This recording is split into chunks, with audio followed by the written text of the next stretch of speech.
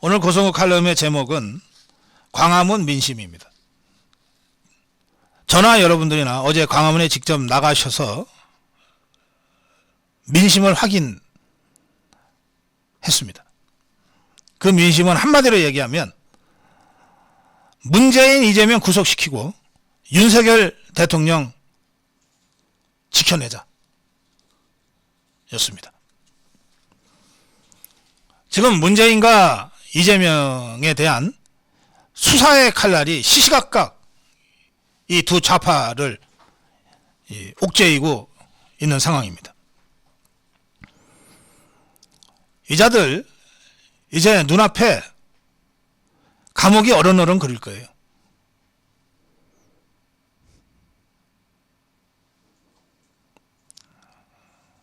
아마 잠도 제대로 못 잘 겁니다. 맨날 감옥 가는 꿈, 악몽 꾸느라고. 그 제가 이 두 사람이 아마 감옥 경험은 없는 것 같아요.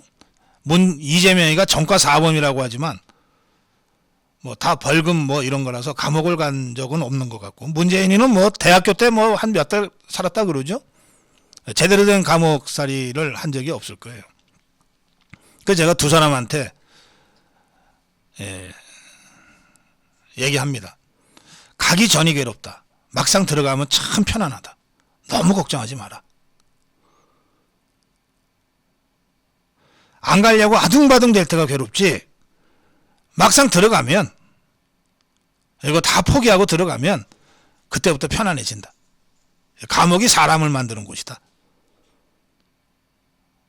너무 그렇게 안달복달 하지 마라. 버티면 버틸수록 더 추해진다. 그물에 갇히면 헤어나려고 바둥질수록 더 옥죄이는 법이다. 수갑도 경찰관이 수갑 채워놓으면 가만히 있으면은 손목을 다치지 않는데, 이걸 어떻게든 풀려고 하면 수갑이 점점 옥죄어져서 실제로 손을 다치거든요. 감옥도 그런 것이니까 이것도 운명이니 생각하고, 당신들이 저지른 업보 이렇게라도 갚는다 생각하고 그냥 조용히 들어가는 것이 좋다. 감옥도 사람 사는 곳이고 막상 가서 살면 살만하다. 요즘 감옥이야 뭐 화장실 수세식에다가 뭐 온난방도 된다면서 뭘 그런 거 갖고 그렇게 겁을 내고 안 갈라 그러냐. 저는 이렇게 문재인이 이재명이한테 인간적으로 좀 조언을 해주고 싶어요. 근데 이 자들은 하여튼 끝까지 안 가려고 하는 것 같습니다. 그러다 보니까 단말맛적 비명을 지르면서 결사항전을 하고, 그리고 절대 나 혼자 안 죽는다. 국민의힘 169명 국회의원들을 전부 물귀시처럼 끌어당기기 위해서 온갖 짓을 다 하고 있는 것 같습니다. 대깨문들, 양아, 개딸들한테 나 감옥 갈지도 몰라. 좀 도와줘, 살려줘. 이러고 비명을 지르고, 그래서 이 자들이 촛불을 들고 나오는 것 같습니다. 9월 30일, 10월 1일. 뭐 머리 숫자야 뭐 몇 명 안 되지만,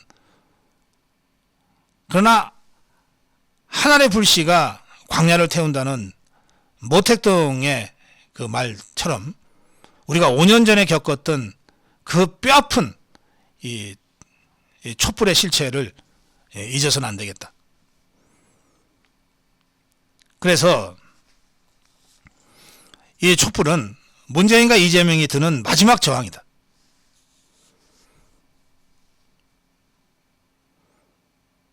마지막 저항이다.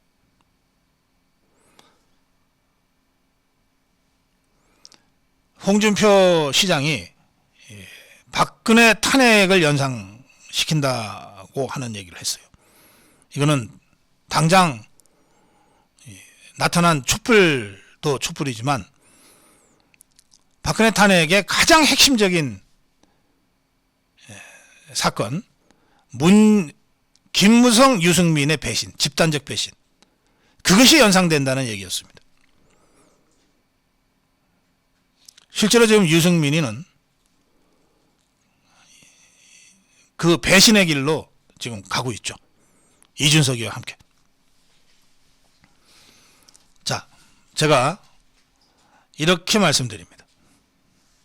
앞으로 우리 자유우파는 세 가지를 행동해야 한다. 첫째, 지금이 우리 자유우파와 문재인, 이재명 좌파 간의 마지막 이념 투쟁의 국면이다 라고 하는 인식을 다시 한번 확실하게 하자. 대선 이겼다고 이념 전쟁이 끝난 것이 아니다. 우리는 여전히 이재명, 문재인이가 이끄는 좌파들과의 이념 전쟁을 하고 있고, 여기서 지면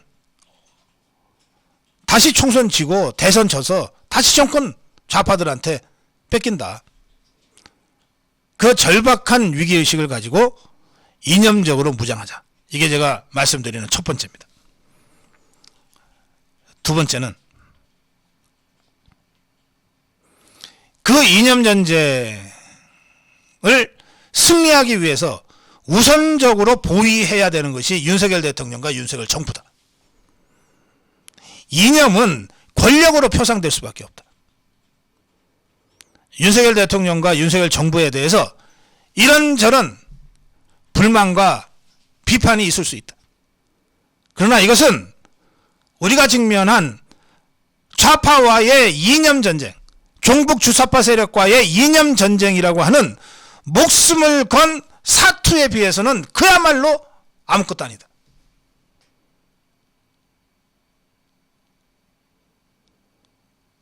더 절박하고 더 위험한 전면적인 종북 주사파 이재명, 문재인 세력과의 전면적인 이념 전쟁의 전선에서 보면 윤석열 대통령의 다소 아쉬운 점들은 이건 문제거리도 안 되는 것이다. 무엇이 주고 무엇이 종인지를 분명하게 인식하자. 세 번째, 이념 전쟁에 있어서 가장 위험한 것은 앞에서 달려오는 적이 아니라 뒤에서 반란을 일으키는 배신자들이다. 모든 혁명은 배신자들에 의해서 뒤집어졌고, 모든 권력도 배신자들의 준동 때문에 무너진다. 5년 전에 그 뼈아픈 실패를 다시 되풀이해서는 정말 우리 스스로가 못난 자들이 될 수밖에 없다. 배신의 징후들이 여기저기 보인다. 철저하게 단죄하고 이번에야말로 두 번 다시 용서하지 말고 척결해야 한다.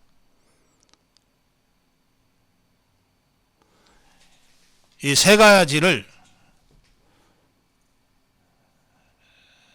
다시 정신무장하고 행동해야 된다고 저는 여러분께 말씀드립니다. 광화문 집회를 나가서 문재인, 이재명 구속을 외쳐도 무엇을 위한 구속인지 정확하게 이념적으로 정리되어 있어야 하고, 광화문에 나가서 윤석열을 지키자고 외쳐도 그것이 어떤 이념 정치적 함의가 있는지를 정확하게 인식하고 외쳐야 된다는 겁니다. 저는 여러분들이 단순히 문재인, 이재명 세력과 싸우는 자유우파 전사에서 멈춰서는 안 된다고 주장하는 겁니다. 문재인, 이재명을 내세운 실제로는 뒤에서 움직이는 종북 주사파 세력과의 마지막 이념 전쟁에 나가는 이념 전쟁의 전사로서 이념적으로 재무장하지 않으면 전쟁에 이길 수도 없고, 또 이긴 이후에도 제대로 대한민국을 바로 세우기가 어렵다는 겁니다.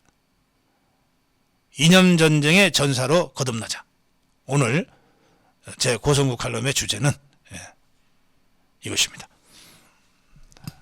네, 고성국 칼럼 마무리하겠습니다.